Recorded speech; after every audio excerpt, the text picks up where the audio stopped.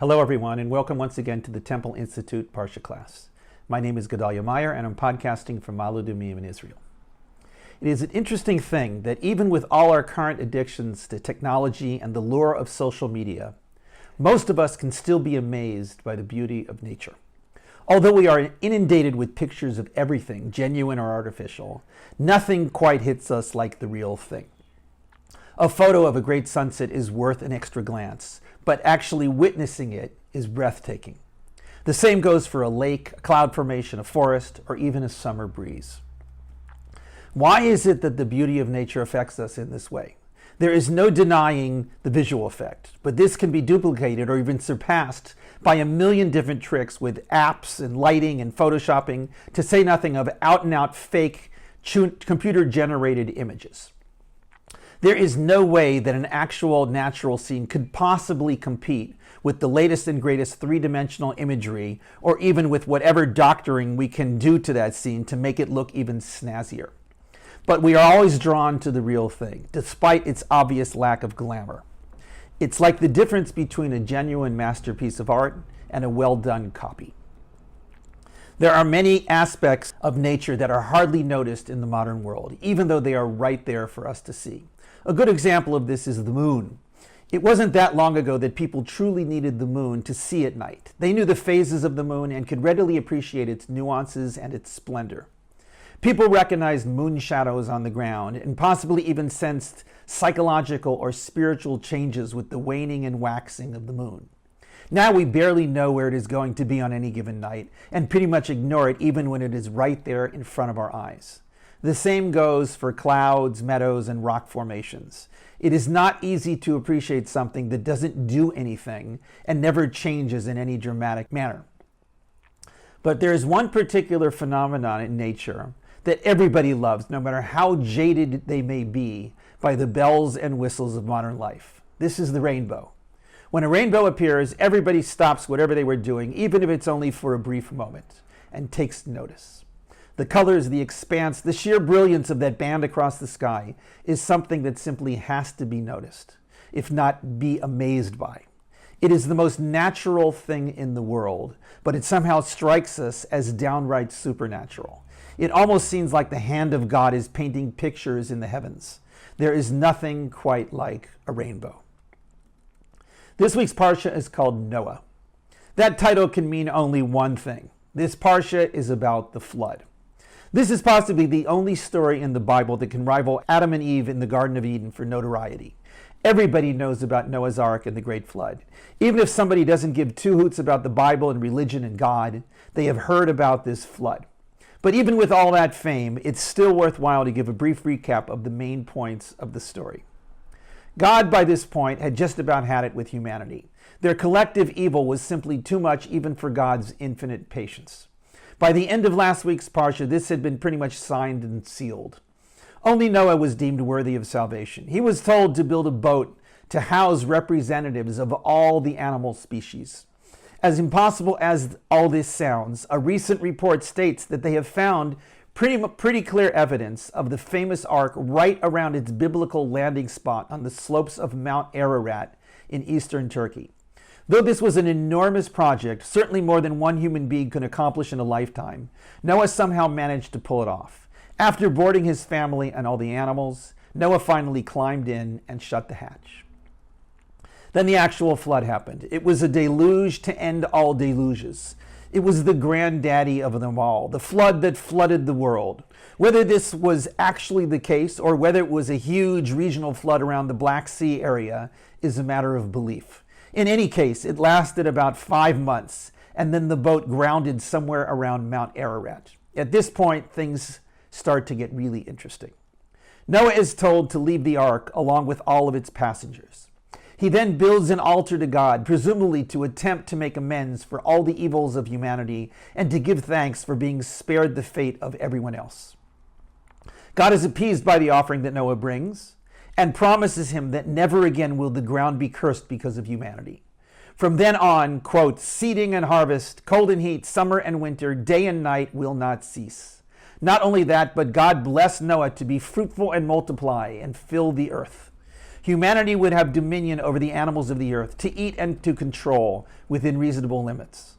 Their only restriction would be in killing other human beings. For that alone, God would intervene in some way, since they were created in the image of God. But this only leads to the next promise. This is described as a covenant, the first of many in the Bible. It is a covenant between God and all living things on the earth. The covenant is quite explicit in its terms. Quote, "I will uphold my covenant with you to never again cut off all life through the waters of a flood, and to never again destroy the world." God said, "This is the sign of the covenant that I am placing between me and you and all living things forever.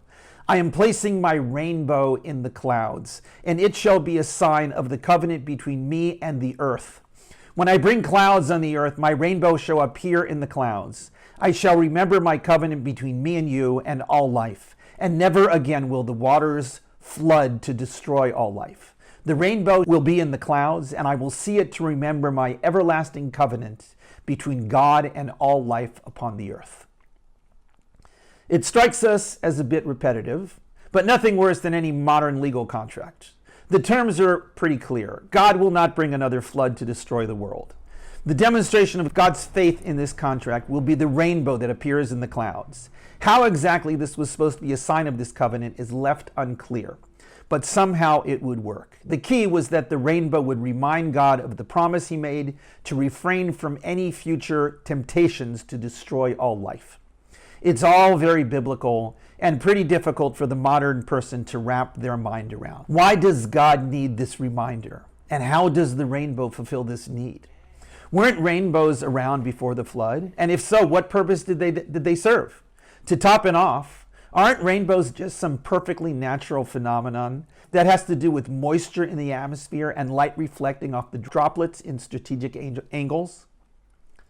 Let's assume a natural answer to the last two questions. Rainbows have always been around, and they have always been perfectly natural.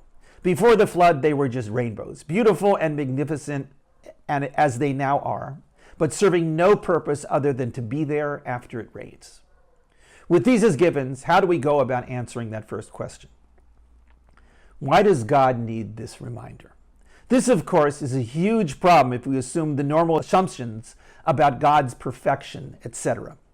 Either we have to drop all that, or we have to work with some other notion about what this reminder could mean. Perhaps what this really means is that the Torah is suggesting that we view the rainbow, the good old rainbow that everybody was familiar with and appreciated, as something other than a natural phenomenon. The rainbow didn't change, but the way that people saw it did. In addition to being a beautiful natural sight, it was also seen as a divine sign that the catastrophe they just finished going through would not happen again. Noah was told in some way that he and all future generations should inculcate the belief that the world would never again be destroyed by flood. A major component of this belief was that God was guaranteeing it. If we can imagine Noah and his family right after they left the ark and saw the state of the world, wondering if they would survive the aftermath and how they're expected to live in the future, we understand that this reassurance couldn't have come at a better time. They were hoping to make it through the winter or whatever season was coming, and not really knowing when the next nuclear holocaust would hit them. They needed this reminder, not God. They needed to know that this too shall pass. What better way to give them that reassurance than to tell them to look for a rainbow in the clouds? Rainbows always come after a rain, or when the rain is light and the sun is peeking through the clouds. This is precisely the time when we need to see its otherworldly brilliance and its indescribable beauty. As wonderful as rain is, it does tend to bring us down. Seeing that light show in the sky and knowing that it's not cooked up by some fancy projectors or who knows what other gimmicks, but is as real can be, can lift up even the dampest of spirits. It's not really God who needs this reminder, but us. We tend to get down over the smallest of things. When it comes to big things like a catastrophic flood, we don't even know where to turn. It is just so overwhelming that there doesn't seem to be any possible remedy. But that's where this miraculous natural reminder shows its true magic.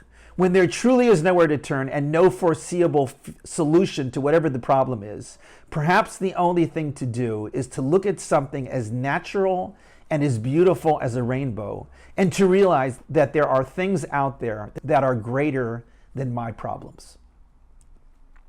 The natural world is our home, and it is for us to use. We should appreciate every bit of it for what it is, a world full of nature. But there is also this gift hidden within the beauty of the natural world that comes as a bonus. It is there to remind us that no matter how bad things may seem at the moment, there is still amazing beauty in the world. Shabbat Shalom.